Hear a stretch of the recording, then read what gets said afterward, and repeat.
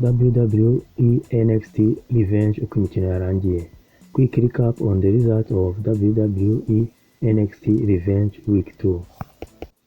Myles Borne defeated Dion Lennox to retain the NXT Men's North American Championship. Keanu Carver defeated Joe Hendry via referee stoppage with repeated elbow strikes. WWE Speedman Championship Tournament Final, Lexis defeated Ike Prosper via pinfall with the title coronation.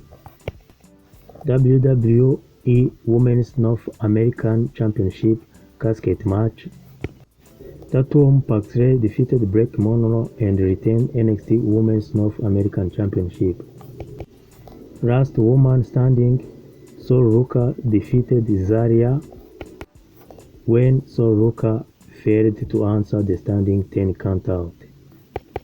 Lola Vice and Jessie Jane made an appearance. Dark State member made appearance. Izzy made an appearance. Tony D'Angelo confronted Keanu Carver.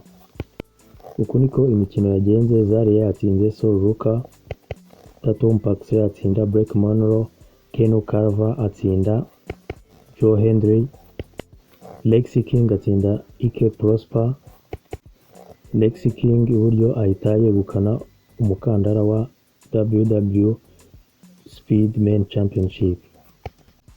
Myles Borne yatsinze Dion Lennox bityo yisubiza umukandara wa WWE NXT Men's North American Championship.